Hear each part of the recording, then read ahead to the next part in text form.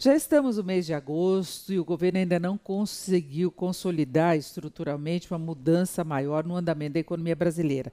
Nós ainda temos um fraco desempenho em termos de atividade, nível de investimentos, um forte desequilíbrio fiscal que deve levar, inclusive, a uma alteração da meta estabelecida para este ano, que é de um rombo de 139 bilhões. O rombo deve ficar maior, exatamente porque a economia não cresceu tanto quanto se esperava, gerou menos impostos, não houve tanta colaboração do Congresso no sentido de viabilizar receitas extraordinárias. Então, do lado fiscal, muito desequilíbrio, do lado dos investimentos, fraqueza, dificuldade de retomada de um crescimento mais vigoroso, mas nós temos dados mais positivos, sim. Um deles é a inflação.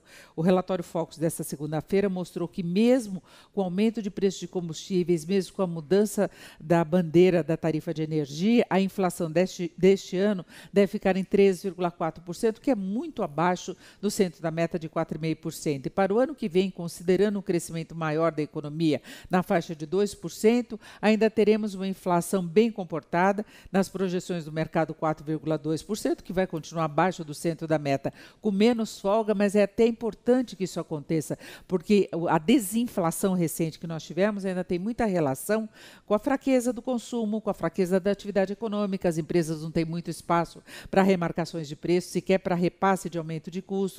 Então, há toda uma contenção de remarcações em decorrência dessa dificuldade de a economia engatar um crescimento mais vigoroso. E neste ambiente, o mercado financeiro começa a considerar a possibilidade de o Banco Central reduzir ainda mais a taxa básica de juros. A projeção média do mercado para a Selic do final do ano, que é a taxa básica, caiu para 7,5%. O mercado vinha trabalhando com 8% na média já há bastante tempo, embora algumas instituições sinalizassem 7,75%.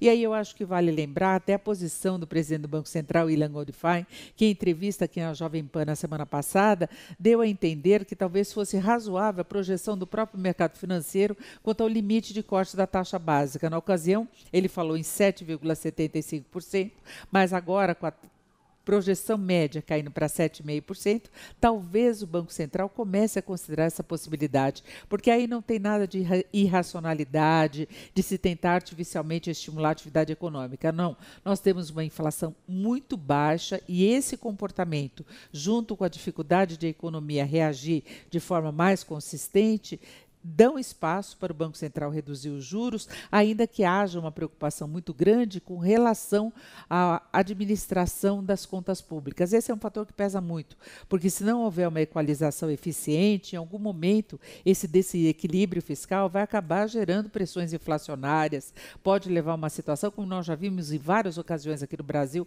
no passado. Mas há uma aposta também na possibilidade de o governo conseguir garantir receitas extraordinárias para o próximo ano, de no próximo ano a economia crescer mais, e aí só isso já garantiria uma geração maior de impostos, e há uma confiança grande na possibilidade de algum avanço em termos de mudanças das regras no sistema previdenciário.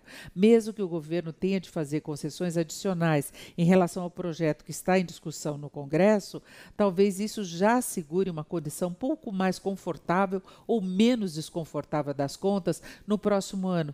E aí isso não geraria essa pressão temida aí sobre a inflação, dando espaço, inclusive, para a continuidade de os juros um patamar mais baixo, pelo menos a taxa básica de juros. E a manutenção da taxa Selic no nível mais baixo, em algum momento pode ter uma repercussão maior sobre a formação de juros na ponta final, sendo que os agentes econômicos, o sistema financeiro também olha muito, observa a evolução das contas, o próprio andamento da economia. Se a economia cresce mais, diminui o desemprego, que é um outro fator que também dá uma travada no processo de redução dos juros. Os bancos ficam com medo de o calote voltar a crescer.